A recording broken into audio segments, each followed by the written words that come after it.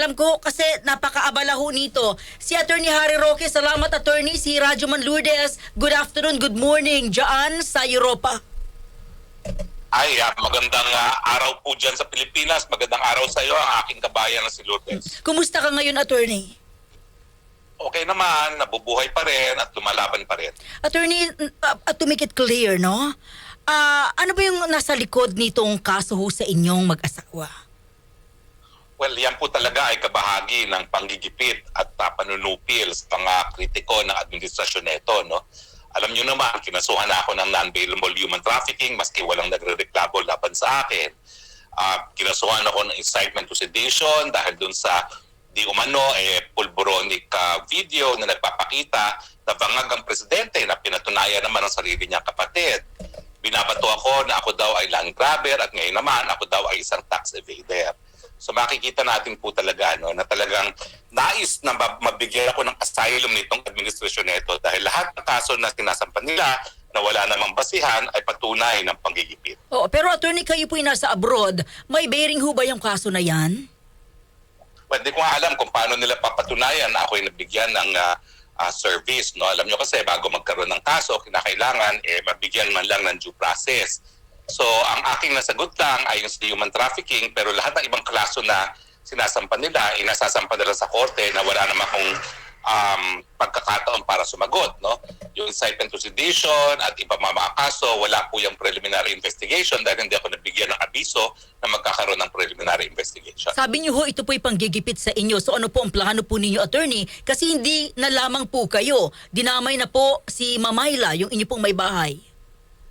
Well, hindi lang naman po kami ginigipit. No? Lahat halos ang mga kritiko, lalong-lalo ng pamilyang Duterte, ginigipit. At ngayon nga, pinag-uusapan yung pagtatanggal kay Vice President bilang isang Vice President.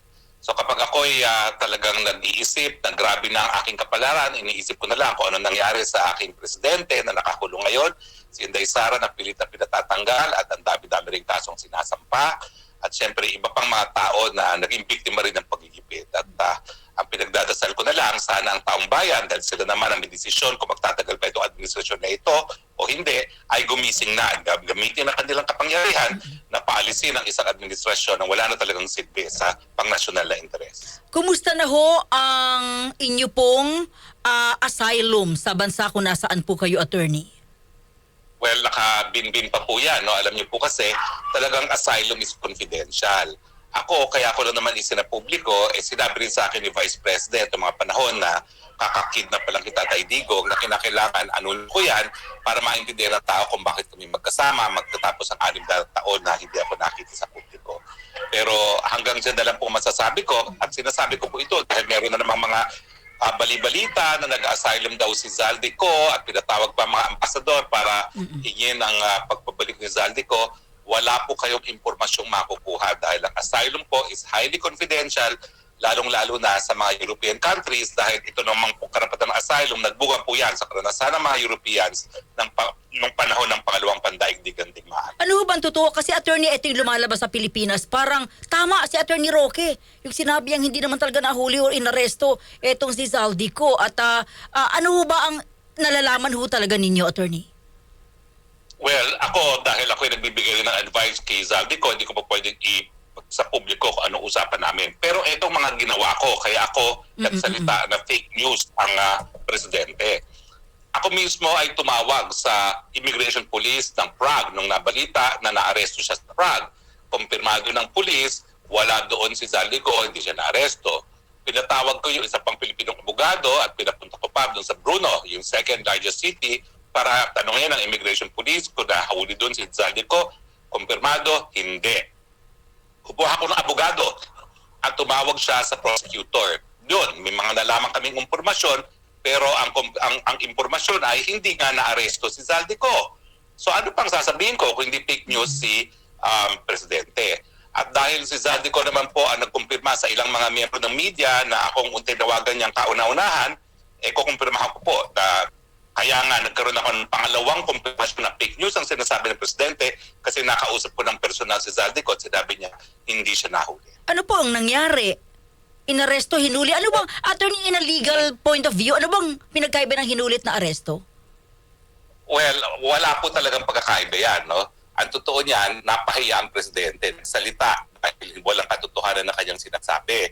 Nagpadala pa ng mga tao na gumastos ng kaban ng bayan, ganung meron naman siyang ambassador dito para malaman ko ano mga ganapin. At alam ko naman na bago pa dumating yung napakalaking high-level team dito sa Europa, nasabihan na siya ng embassy natin na wala na doon talaga si Zaldico. Dahil sa katunayan, kung siya ay nagsalita ng 16, same day, wala na sa Czech Republic si Zaldico. No? Alam niya ng embahada. So confirm po through you na siya nag-file na ho ng kanyang political asylum sa France? Hindi po. Hindi ko po mabibigyan ng kumpirmasyon yan. Kasi unang-una, lahat po ng komunikasyon namin ni Zaldico is privilege. Pangalawa, at totoo lang po, hindi namin pinag-uusapan yan. Pagamat, I have publicly advised him to seek asylum kasi yan talaga yung ultimate defense sa paggigipit na nangyayari sa kanya. Bakit o France ang nababanggit, attorney? Hindi ko po alam, and as I said, no, I cannot divulge any communication I've had with Zaldico. Okay. Attorney, ano po ang inyong masasabi sa high-level team na pinapunta po dyan sa Czech Republic? Kasi umaani po ito ng kontrobersiya ngayon sa ating mga kababayan at yung ilan nga ho sinasabing magbayad kayo ng mga pinamasahe sa inyo ng taong bayan dyan. Ang masasabi ko lang, sana all.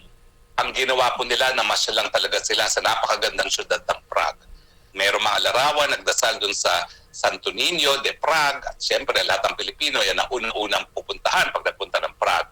And I'm sure dahil nagpunta sila dun sa Santo Niño de Prague, dumaan din sila sa historic town center na nakita nila kung nasaan yung astronomical clock at saka ang Charles Bridge. At katabi niyan ay ang Prague Castle. Ang saya-saya ng mga taga-DOJ. Samantalang alam naman nila dahil meron tayong ambassador sa Prague na wala na doon si Zaldico at wala silang kahit anong impormasyon na makakalap tungkol kay Zaldico. Sa inyo pong opinion, ano po yung impact nito sa Philippine government? Nawalan po ng kredibilidad ang ating presidente. Bagamat wala na naman talaga siyang kredibilidad, no? Dahil alam naman natin na siya ay gumagamit ng pinagbabawal na gamot at ang ating resource person dyan ay ang sarili niyang kapatid. Pero sa tingin ko, pati sa mata ng international community, nagwalan din siya lalo ng kredibilidad kasi hindi niya alam kung anong gagawin. Alam na alam nila na presidente siya, bilyon ng kanyang intelligence funds, hindi man niya malaman kung nasaan si Zaldico at ano talagang nangyari kay Zaldico. Nakakahiya. Ano po ang inyong masasabi sa impeachment, hearing, impeachment kay VP Sara na dinidinig po ngayon? Well, yan po talaga kabahagi nga ng paninira nila sa Duterte dahil nais silang manatili sa pwesto habang buhay. Pero importante po yung pagdinig ngayon, no? Kasi ang dinidinig yung alleged grave threat. At napansin ko, ngayon ko lang pinanood ang hearing na hindi nila pinakita sa publiko yung kabuuan ng video kung saan nagsabi si VP Sara na nakausap na siya ng tao na kapag may pumatay sa kanya, pinapapatay niya si Presidente Marcos at si Lisa Araneta Marcos. Ang pinakita lang doon ay yung clip na papapatay niya si Marcos at si Lisa. Hindi ipinakita na ang sabi talaga ni Inday Sara ay pag may pumatay sa akin, may kinausap na ako. Ibig sabihin, it is conditional. And as far as I'm concerned, as a lawyer of 38 years of practice, hindi po yan grave threats, no? Dahil yan naman po ay conditional.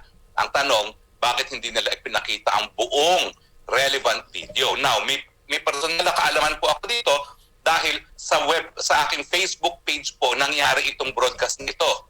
At ako po, I am authenticating and telling the nation, hindi po kompleto ang pinakita nila sa Justice Committee.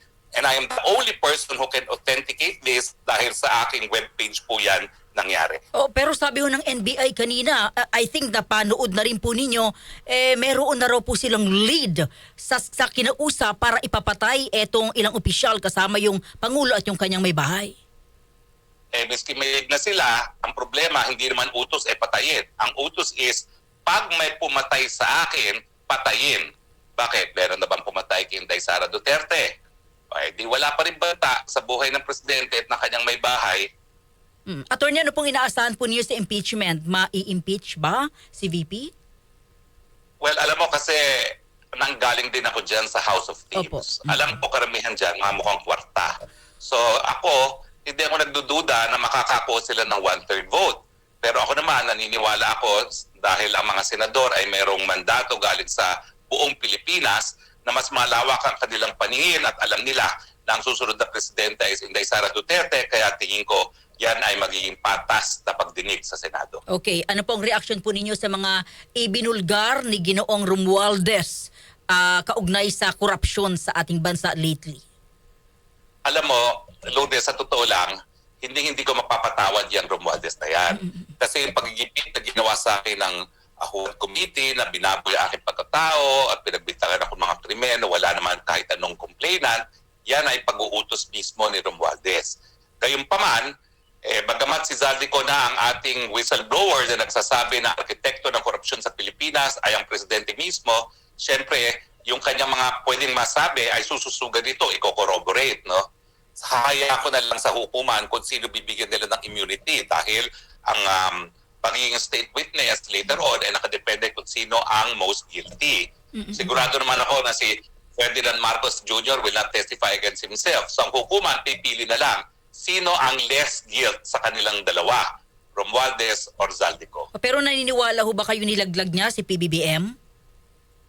Tingin ko yung pananalita niya, humihingi lang ng areglo. At ngayon, mukhang nanahimik na naman siya. So meron din akong nakuhang impormasyon na mukhang nagka-areglohan na, no? Pero, dating naman ang panahon at haharap din siya sa yung wheels of justice na tinatawag natin. So, alam natin na maraming alam si Romualdez at kapag hindi pa siya nagsalita ngayon, talagang hindi nakatanggap-tanggap ang kanyang sasabihin. Hindi gaya ni Zaldico na maski wala siyang kumbaga inayos na areglo nagsalita at alam niya na yan ay magiging magre-resulta sa banta sa kanyang buhay, no, at hindi lang sa kanyang pagkatao.